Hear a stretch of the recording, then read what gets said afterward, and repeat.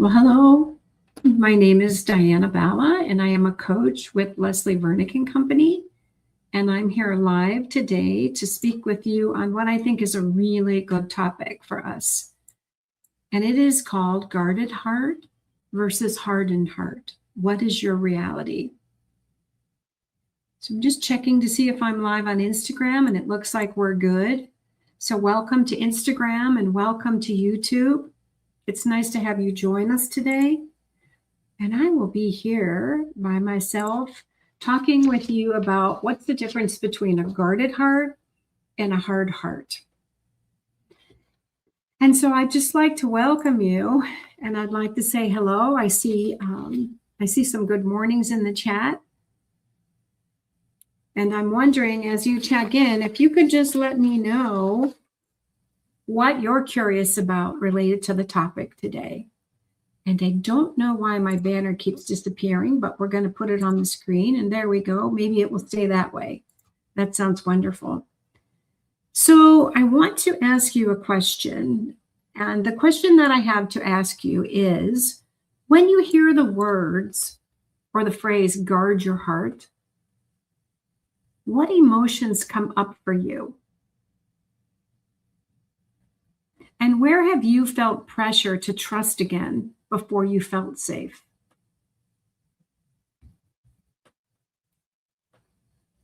So when you hear the phrase, guard your heart, what emotions come up for you?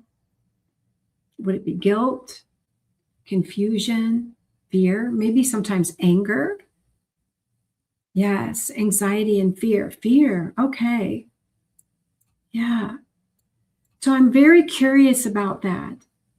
A high alert, ready to fight. So what I'm hearing you saying in your responses to me is that when you hear the phrase guard your heart, what's coming up for you is the need to protect yourself.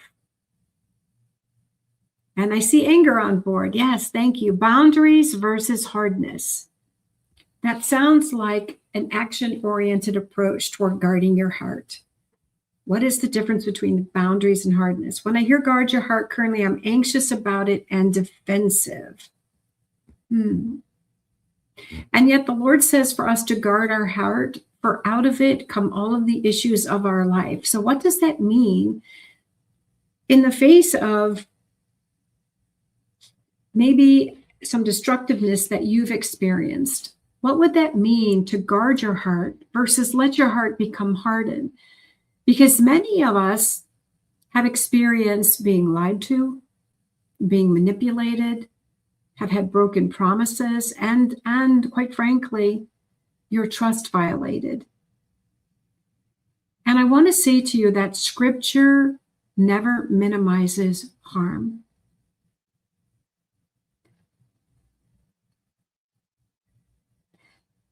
Being sinned against is not an excuse to become bitter or hard, but it is a call to be wise.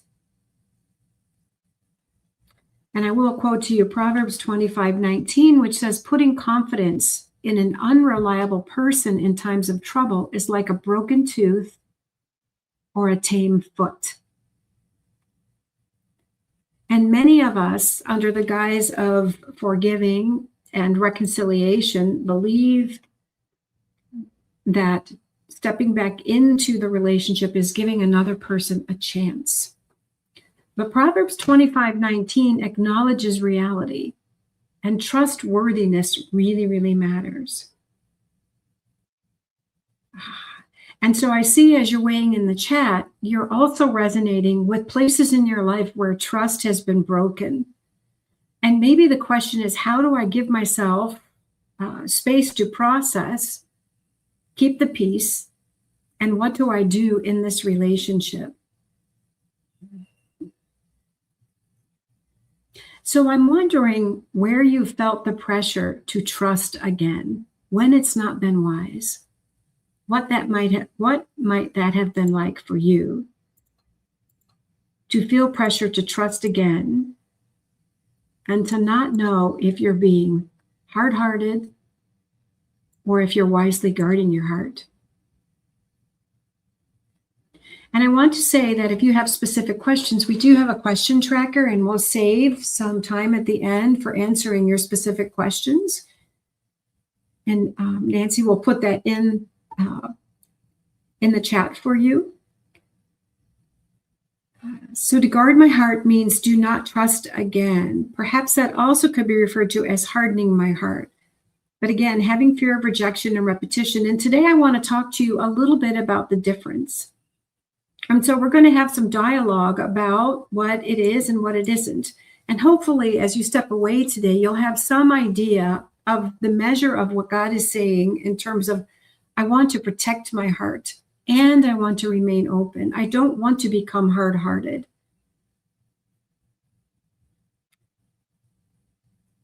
And so we've all been sinned against and harmed.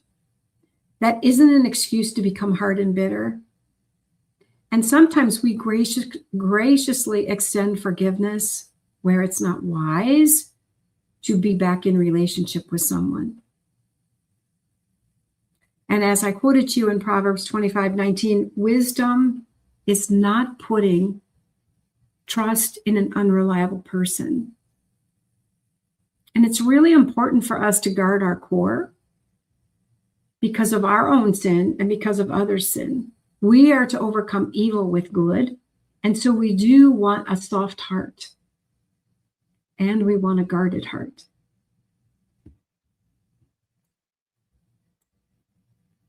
Yes, and I see you can forgive, but still be guarded. Yes, those are two different concepts that you can hold together.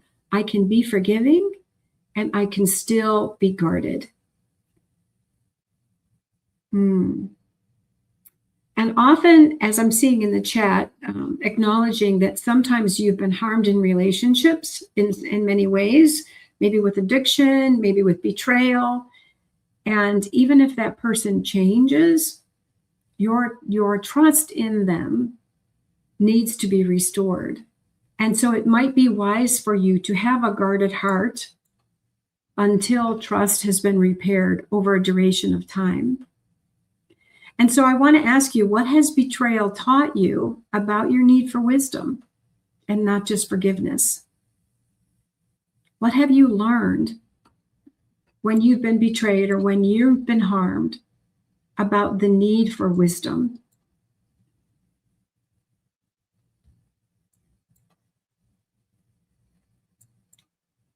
And I see some of us have been told things that are just not biblically accurate, that we are not like Christ if we have a victim mindset and you don't reconcile with someone. Well, I don't want you to hold to a victim mindset. What I do want you to do is to step into forgiveness with someone and to hold forgiveness and reconciliation very separate. But we don't want to walk through this world as a victim. And so I see that as you're weighing in, you've learned that betrayal has taught you that when God says, guard your heart, he's saying, ask you to search your heart and reveal what's in it. And so I love that you mentioned that, because when God says to guard our heart, the first thing we want to do is to see our hearts, what offense is in our hearts. But we also want to guard our hearts toward the darts that come to us from others outside of us. And pouring your love into a foolish man is like pouring water into a bucket with a hole. That's a great saying.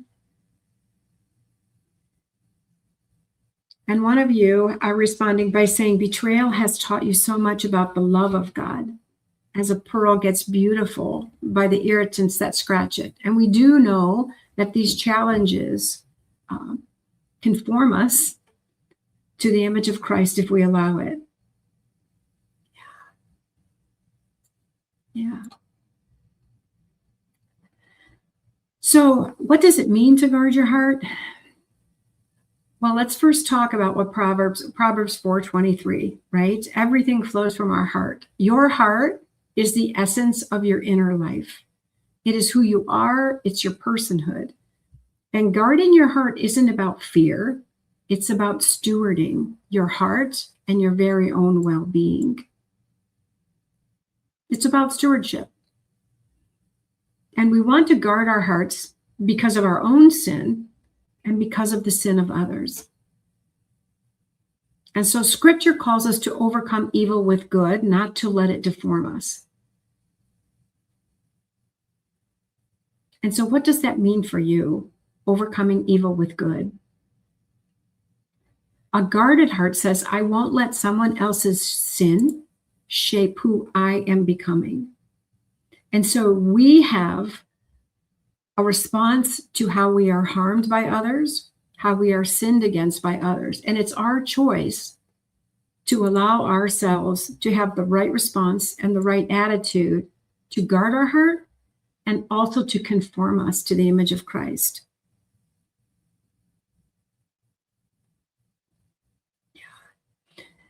And so the concept of, we're going to talk a lot about forgiveness and reconciliation along with the hard heart.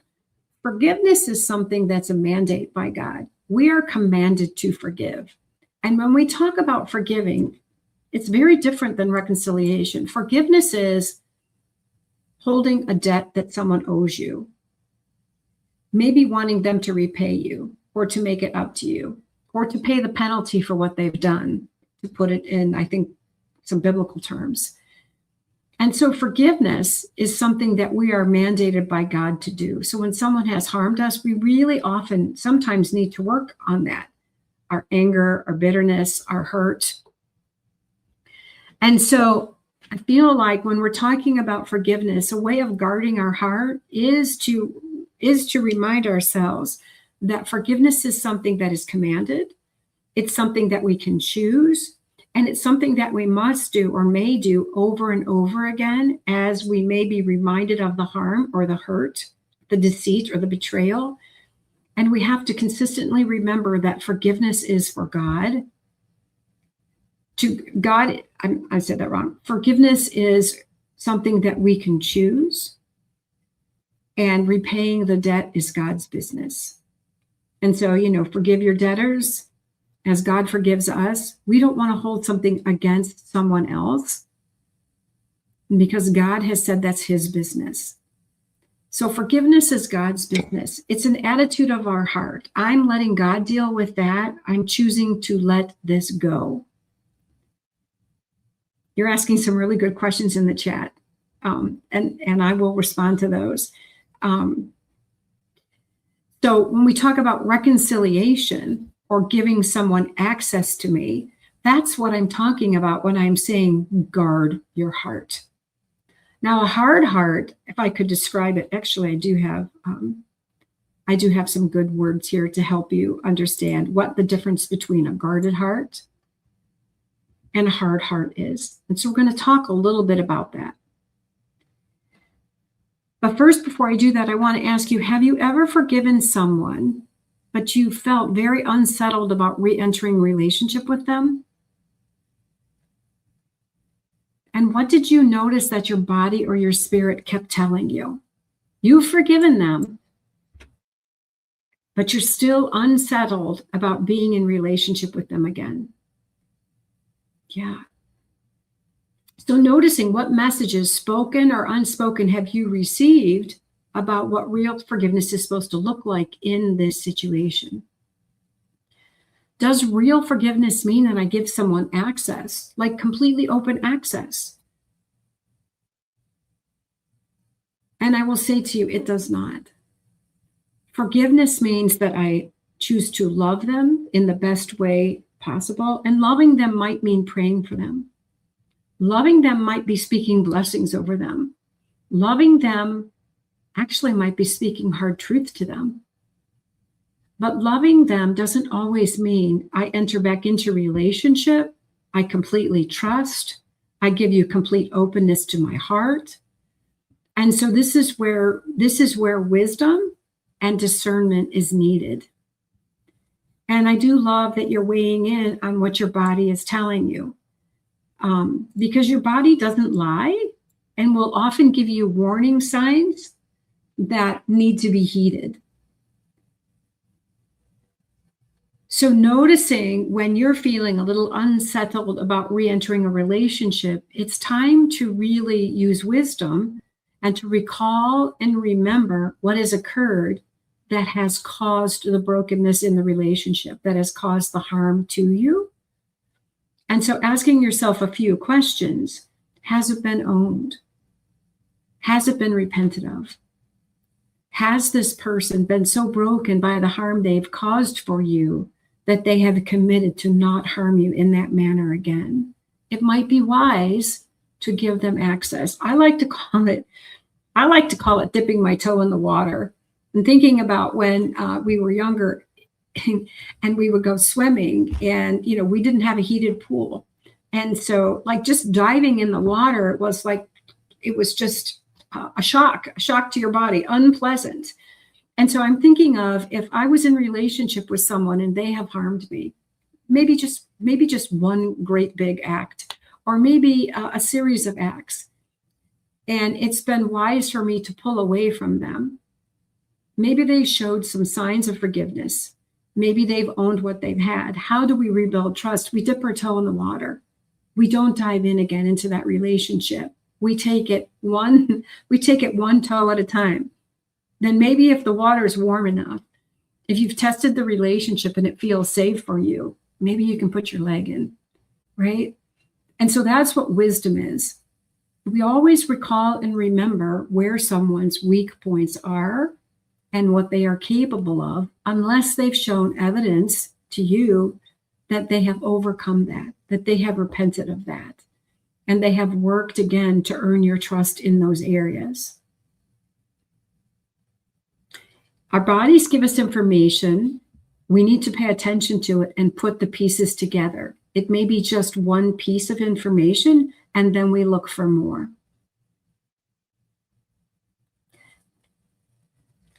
And so I want to ask you, in this season, just in general, would you describe your heart as being open and discerning, guarded and healing, or closed and weary? I'll say that one more time. Would you describe your heart in this season as being open and discerning, guarded and healing, or closed and weary?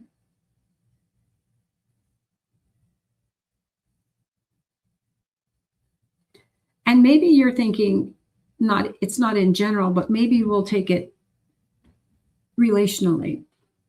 If you're thinking of yourself in relationship to someone in particular. So I see guarded and healing.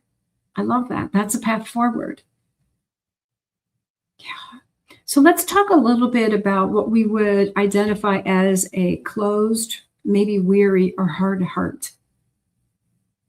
A hard heart, I'm going to describe it for you, and maybe you can resonate with this, but a hard heart is stubborn.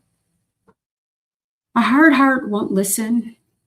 It's not open to hearing God or wise others. It's isolated. It's proud, unrepentant. An example of a hard heart would be the Pharisees. A hard heart is bitter, critical, contemptuous. It is not open to growth. And it might be that you don't feel like talking to anyone. You know, 2 Corinthians 6 teaches us that we are to have wide open hearts and to receive others and be open to conversations that are difficult and hard. So if someone who has hurt me has come to me and wants to talk about what has happened, am I willing to be open, to listen, to hear? Or is my heart closed? Is my heart closed toward praying for that person?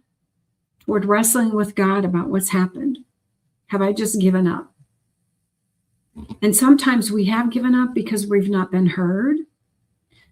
And so we've completely walled ourselves off. Learning that we can't choose to be open with wisdom isn't the path we're on. But you can learn to choose to be open with wisdom. And you can grow in that. With a hard heart, everybody's advice seems bad to you. And maybe that's because you haven't received any information that's been helpful for you or found others who could understand your situation. So you're no longer willing to listen or hear. Maybe your heart is so shut down that you can't be happy for other people's success. You've gotten to a place in your life where so much is broken or not working that you resent others who have things in place. You can't see past what you wish you had. And so the question is, how do we transform this heart into one of hope, expectation, and a guarded heart and an open heart? Psalm 73, 21 through 23 says, when my heart was senseless and ignorant, nevertheless, who have I in heaven but you? In Psalms, he's talking about turning his heart toward God. And so if your heart has been broken, if your heart is hard, what would be different for you if you turned and pivoted and opened your heart toward God? To be vulnerable to him, to ask him for maturity and wisdom, to Proverbs 2, ask for wisdom and discernment. There you go. Yes, a hard heart is an offended heart. Very good words. Mm-hmm. Yeah. And I can see when you've reached out for help, as you're saying in the chat, you've had accusations made against you. It's very easy to have a closed heart, a hard heart toward those who aren't understanding, who don't get it. But what might be some examples of a guarded heart for you versus a hardened heart? Now we've described what a hardened heart is. I'm wondering how you would define a guarded heart.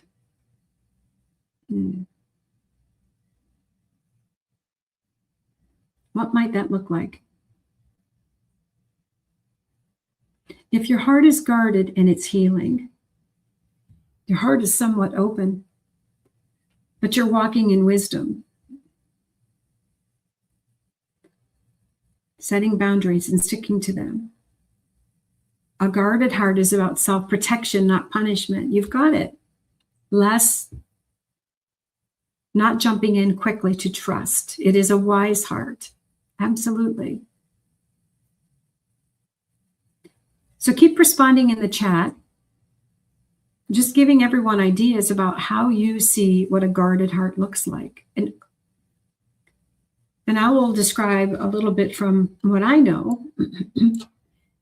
A guarded heart for me is a heart that wants God's will. It's teachable, it's humble, it's a posture.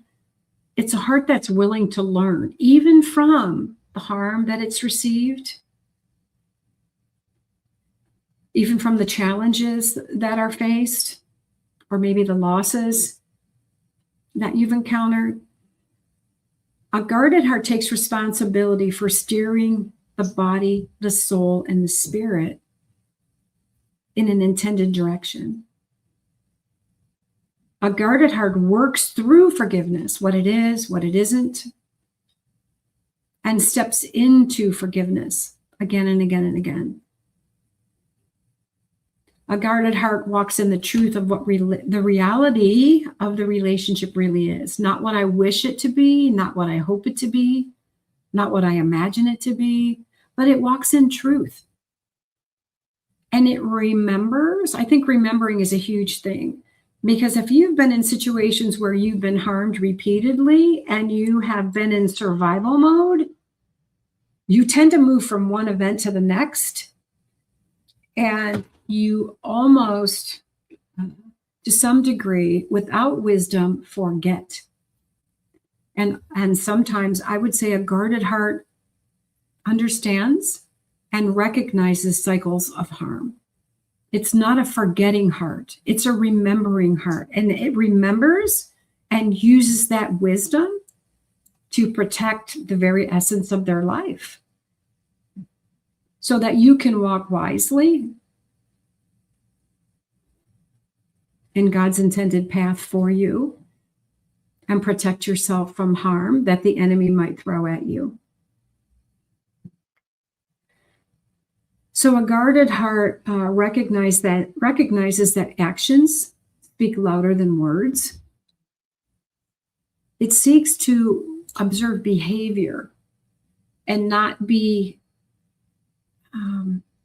distracted or confused when behavior and words don't line up. A guarded heart is open to reflect on what we see, what we hear, what we know, what God is showing us.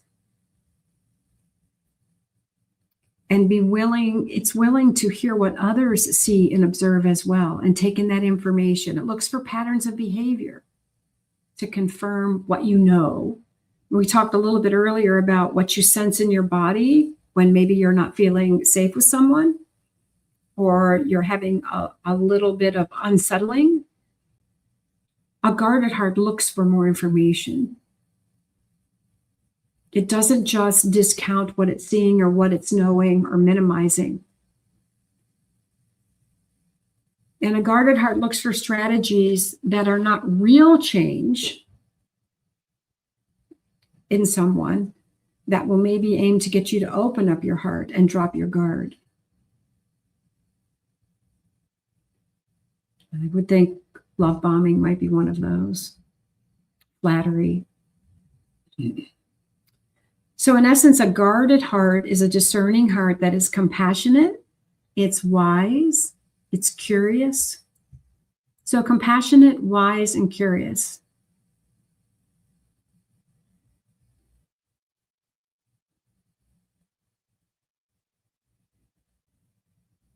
So I want to ask you about your heart.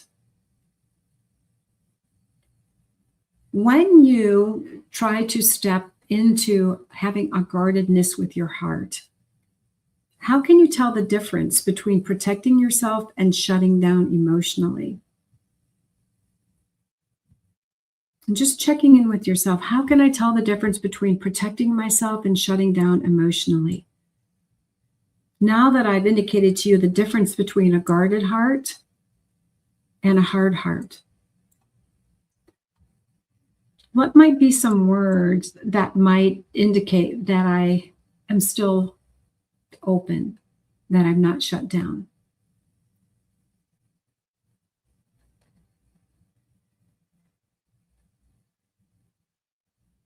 Yeah. What might that be?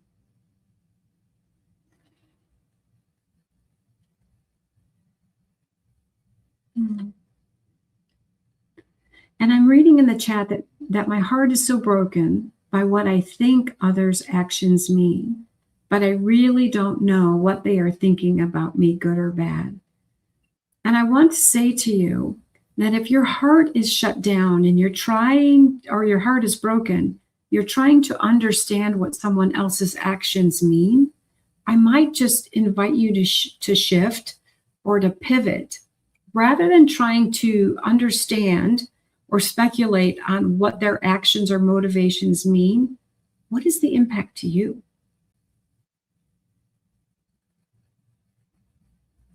What is the effect of their actions on you?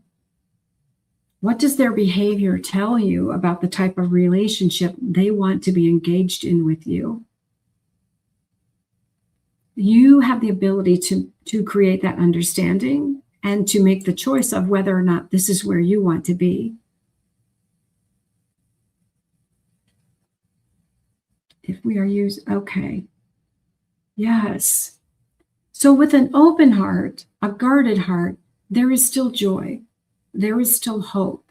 There is still the possibility of having relationships with others or walking in a way that I can influence others for the good. Having an open heart and a wise and guarded heart is I can find people whom I can learn to be connected to be open with, and use wisdom in those relationships as I allow them in, I guess, one toe at a time. We're always going to test relationships. We're not just going to grant full access to ourselves. That is wisdom. Yeah. Yes, shifting interpretation of others' behaviors, just noticing. You may not have all the pieces together. And so if something someone said to you was hurtful, don't speculate on whether they intended to hurt you, but just notice that it was hurtful and you didn't appreciate that. What boundary would you like to set with that? Maybe with yourself, with that other person? And so a lot of this is using your agency and having ownership on what you will allow in, what you will tolerate, and what you will not. And so stewarding and ownership. I own my own heart. I own what I let in. And I get to decide what is wise for me. So I want to ask you a question, and this is for you. Please feel free to put it in the chat or not, recognizing that this is a public Facebook page. But the question to be curious about is, where is God inviting me to soften my heart? Not toward unsafe people, but maybe toward truth, toward growth or hope.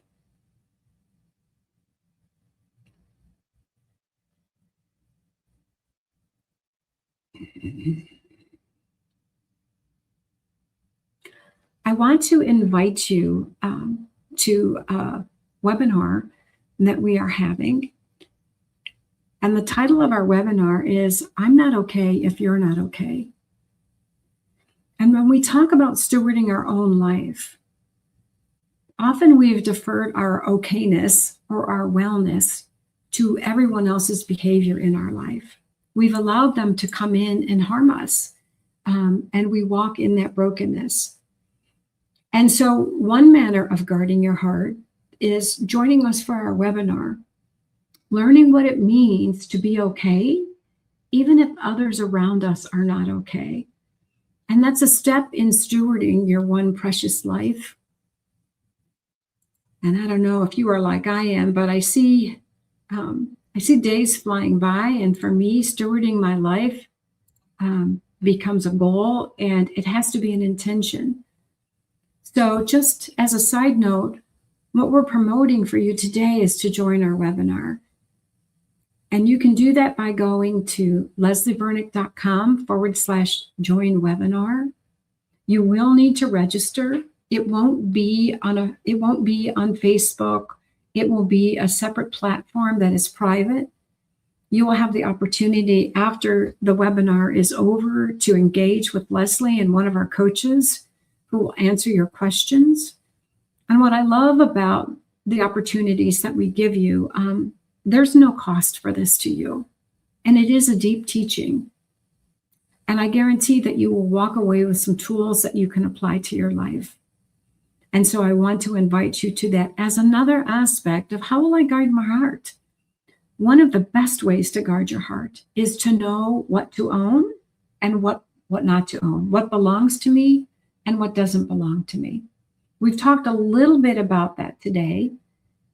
And what doesn't belong to you is holding bitterness and unforgiveness against someone. What does belong to you is stepping into forgiveness God style, which for me means, okay, maybe it's not wise for me to be in this relationship with someone or this work situation, but I will pray for this person. And for me, praying for them is loving them well. When I engage with this person, I will be kind, but I may not spend a ton of time with this person. I may not choose to be around them often. Yes. And yes, if you're not able to attend the workshop live, I don't believe we give access to the chat live. I will need to check on that. If you're not live, I don't believe you have access to the chat. But you'll want to come live because you'll want to ask your questions and you'll want to engage with us. And we do spend quite a bit of time really just wanting to know what your questions are and helping to answer those in a way that will help you move forward. So I want to ask you, what does it look like if you truly believed that you get to decide what is wise for you? Do you believe that? And if you don't, what could be different for you if you truly believed you get to decide what's best for you?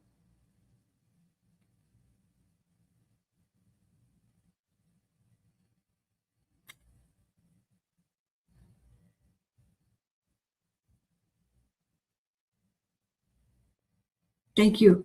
Karen is stating that the chat and Q&A is not emailed with your replay, so you will not have that. Yes.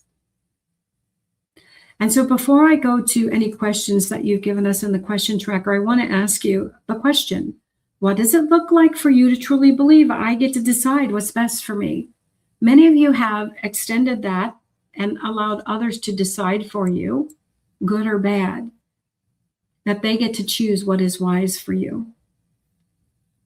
And I want to ask you, what is one way you could guard your heart this week without closing it? What might that look like?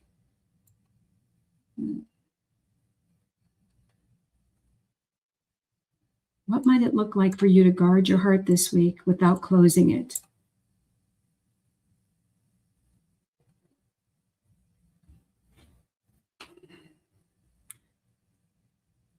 So I want to say to you also, just because you haven't restored a relationship with someone does not mean that your heart is hard. It may mean, as we've said, that you are healing, you are choosing discernment, and you're guarding what God has entrusted to you. And that is biblical wisdom, ladies.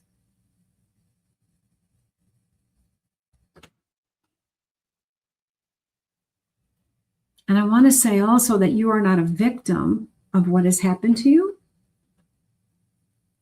That the harm that you've endured in the past can explain your pain, but it doesn't have to define your future. And you don't have to live in the mire and the fallout of someone else's sin against you. You are allowed biblically to take ownership of your life.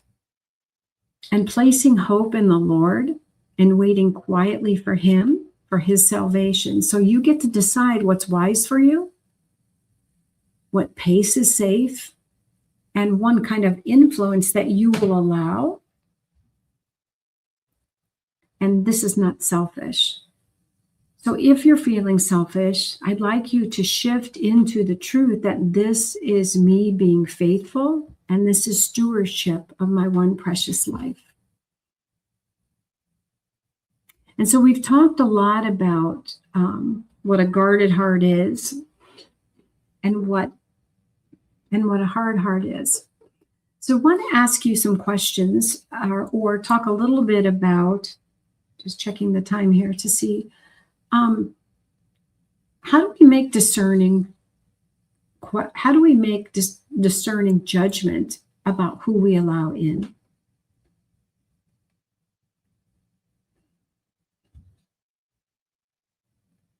How do you choose who you let in and who you do not?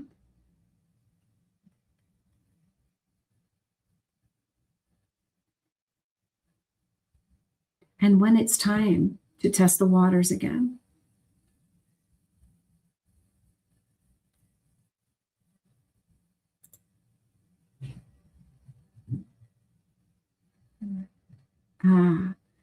And so I want to say to you, if you're confused, it's time to get quiet and get still and listen for the voice of God and a potential couple others that you trust.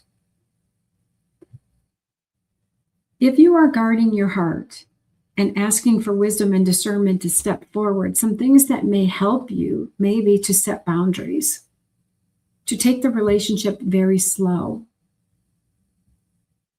not to provide emotional access, and to require evidence of real change. Knowing that you can't have honesty with someone or an open relationship with someone who punishes your honesty, will not let you speak truth, will not let you talk about what your experience is like being with them, who disrespects your boundaries and repeats harm without repentance. So I'm going to say that one more time. you're going to look for someone who no longer punishes you for your honesty, respects your boundaries, and does not repeat the harm, and that repents of the harm that they've done for you. That's clarity moving forward. And we're going to use the scripture Matthew 7:6, which talks about not throwing your pearls before swine. And I want to say to you that this is really important, because especially in our culture and in our environment, we don't recognize the influence of evil on our lives too readily.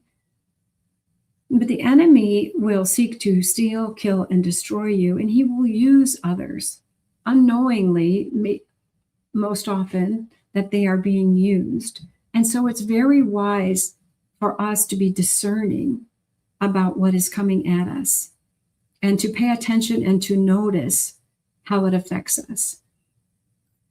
And so I guess one of the things I want to say that's coming up for me right now is spend some time after you've been with someone and just notice the impact to really your heart, your mind, and your body.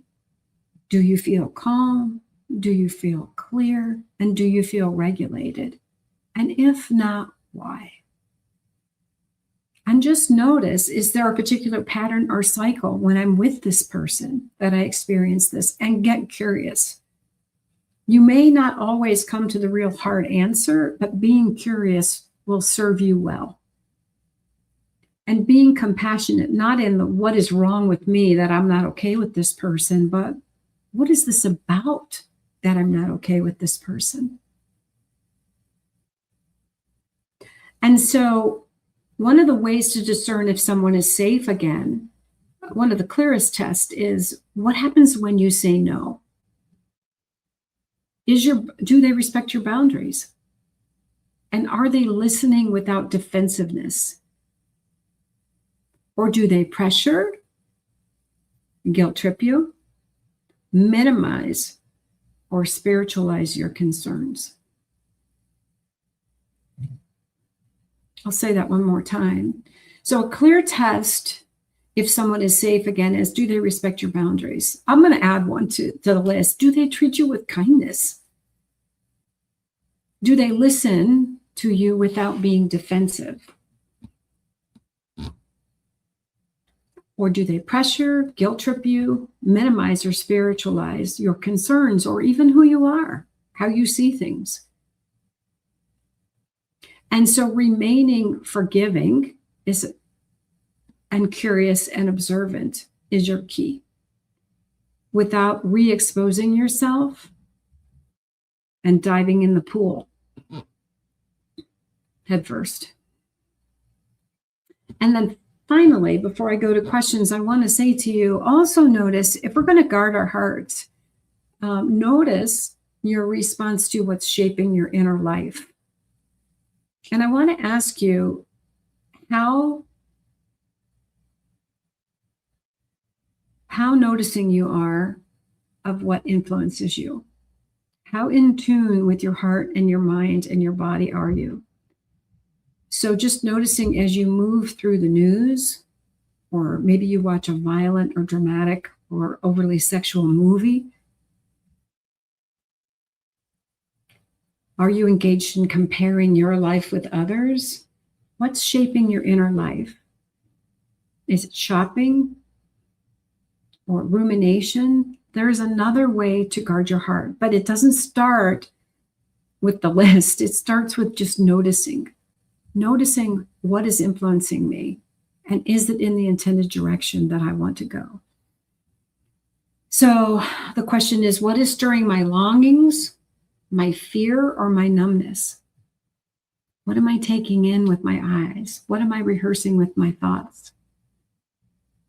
And just like our bodies have safeguards because our eyelids close, our hearts need protection. So we are not victims of what's happened to us. Past harm can explain our pain, but we don't have to walk in that. It doesn't define your future. All right, so again, I want to redirect you to our webinar. If you haven't noticed, we've put that in the chat for you. Our webinar is going to be Tuesday on February 10th. We have two, one at noon and one at 7:30.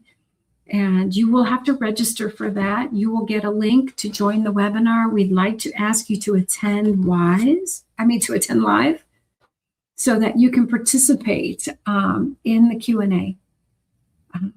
It will be a private webinar, and so no one else will have access to it other than those that have registered. It is for women only, because we do serve women only here.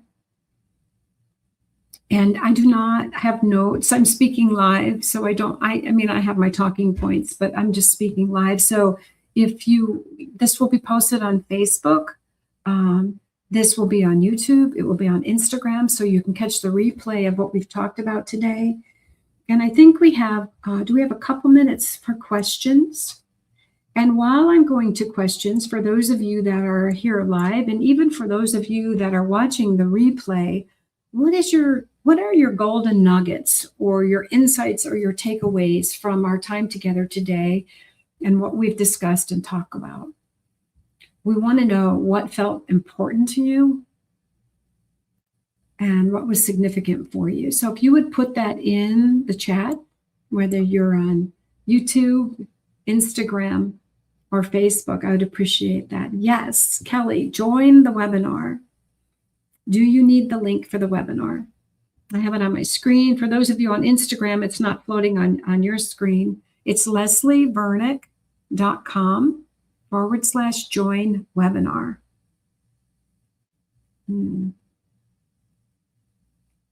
All right. Okay, I'm going to take a few questions until we run out of time. Let's see. I'll start with,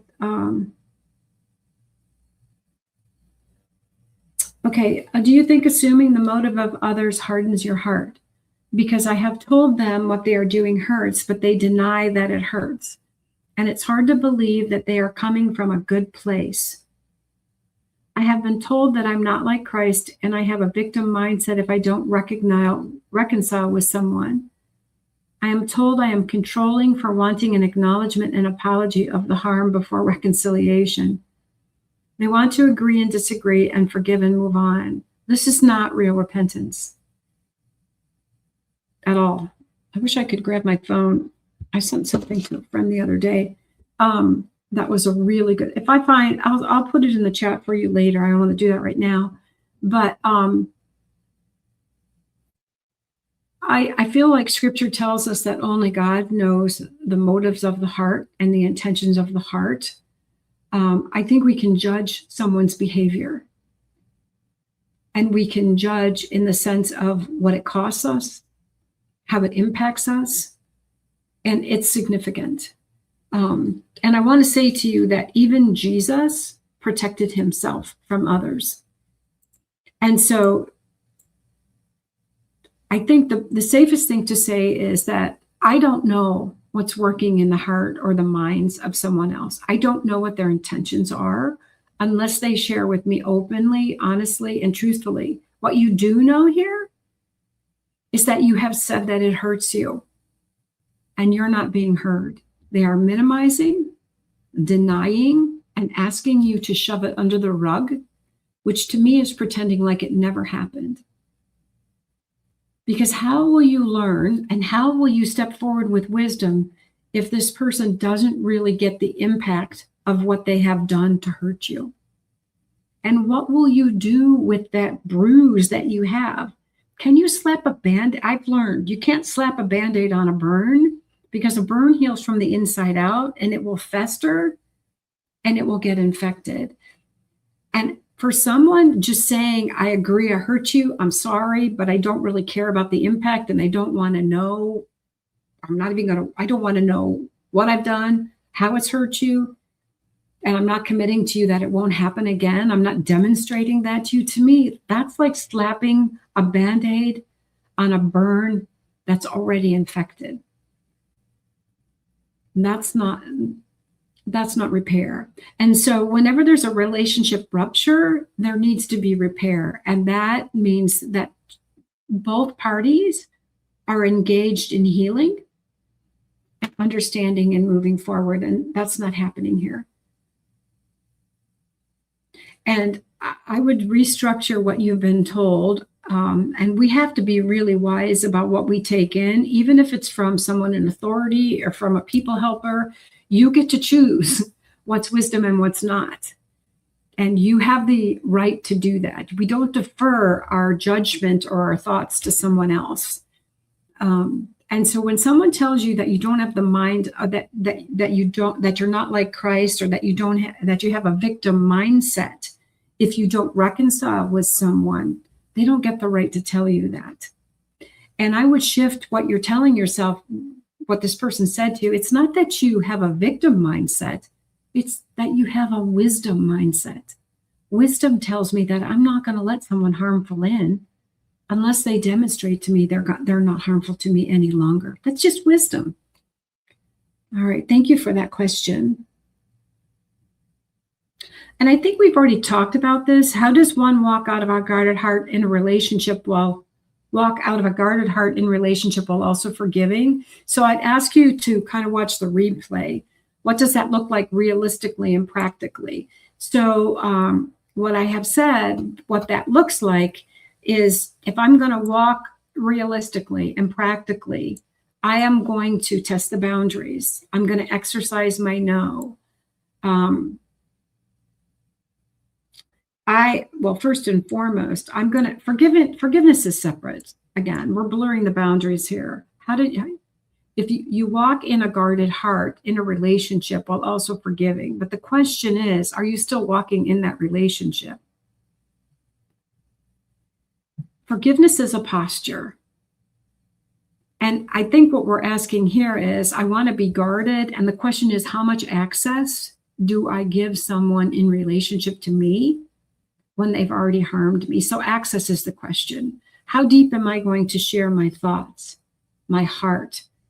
How much time am I going to spend with that person? Have they earned the right to be a part of my life, for me to share my heart, right? And again, I'm just going to reiterate this for you. So are they respecting my boundaries? Are they listening to me without being defensive? Are there manipulation tactics occurring here? So I'm going to look for those things. I'm going to choose forgiveness, but I'm also going to remember what they have done. And I'm going to carry that with me, not in a punitive way, but in a wise way. So in other words, if someone has taken something from me that they thought that belonged to them, that they deserved, and I'm still in a relationship with them, and they've acknowledged what they've done, I'm also going to remember what they're capable of moving forward. I'm not going to divorce the knowledge from what I'm holding. So if you have a partner that's engaged in betrayal and you've chosen to forgive them, do you just pretend like it never happened? No, you recognize that my partner has a weakness. And the betrayal might be porn, for example. That's probably not a great example because that's a deep embedded behavior. But will I walk with this person with a guarded heart? I will watch out for signs that they are engaging in that behavior because I don't want it to harm me any longer. Hopefully that's helpful.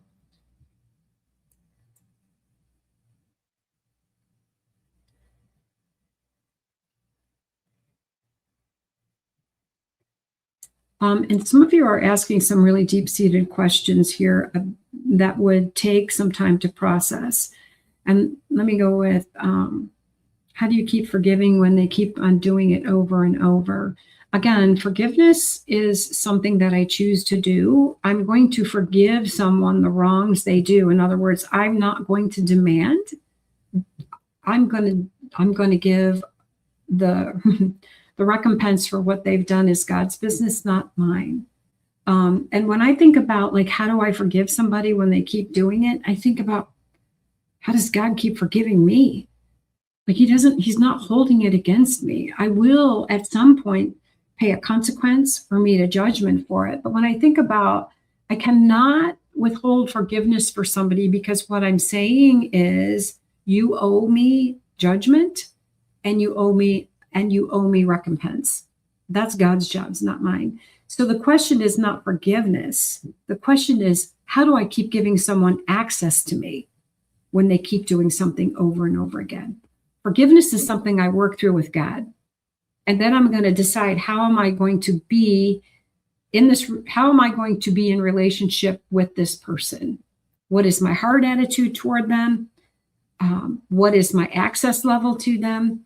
And so my heart attitude toward them can easily be one that I take to the Lord in prayer. I'm going to pray for them, which is hard to do. When you're really angry with somebody, do you even want to pray for them? I don't. But that's a choice. And that's submission to God.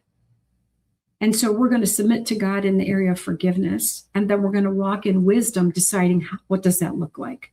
Does it look like I don't see them anymore, but continue to pray for them and wish them well? Does it mean I invite them to dinner even still? So you get to decide that. All right.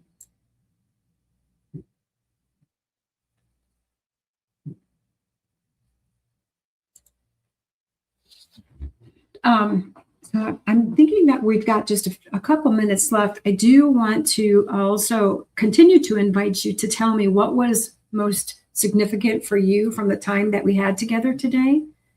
I also want to invite you for a Facebook Live a live tomorrow that's entitled "Create Boundaries That Empower You, Not Control Him." And you're going to have Leslie for that. That's going to be actually, that's not tomorrow. That's Thursday. Well, it's tomorrow. Yes, sorry. It's been a long week. So that is tomorrow, Thursday at noon. Create Boundaries That Empower You, Not Control Him. And that's with Leslie. And I want to take one more question before we go. And the question is, how does one leave a committed relationship and move on without remorse? You don't. Remorse is a part of the process of grieving what you're leaving behind, accounting for what was good, accounting for what wasn't. It is a process of engaging in grief. And it is painful, and it is a process, and don't do it alone. Find support, find a group or a community that you can walk with. We have many women in our community that walk this journey together. It's hard. And if you're choosing to leave a committed relationship, you probably have some really good reasons for that. And I don't think it should be done without a lot of deep reflection and conviction that this is the best choice that you can make now, because you're entering into pain one way or another. If you're in a really harmful place in a relationship, you're in pain. And if you choose to leave, you're going to be in pain and walk through hard until you can step into a new life. And so it's hard one way or another, and you will need support. So I want to thank you for your takeaways. And thank you for being with me today. Your engagement made it fun. And I hope that you take away some valuable thoughts and ideas that you can implement into your life in those spaces where you may feel you're doing hard. And so thank you and goodbye for now.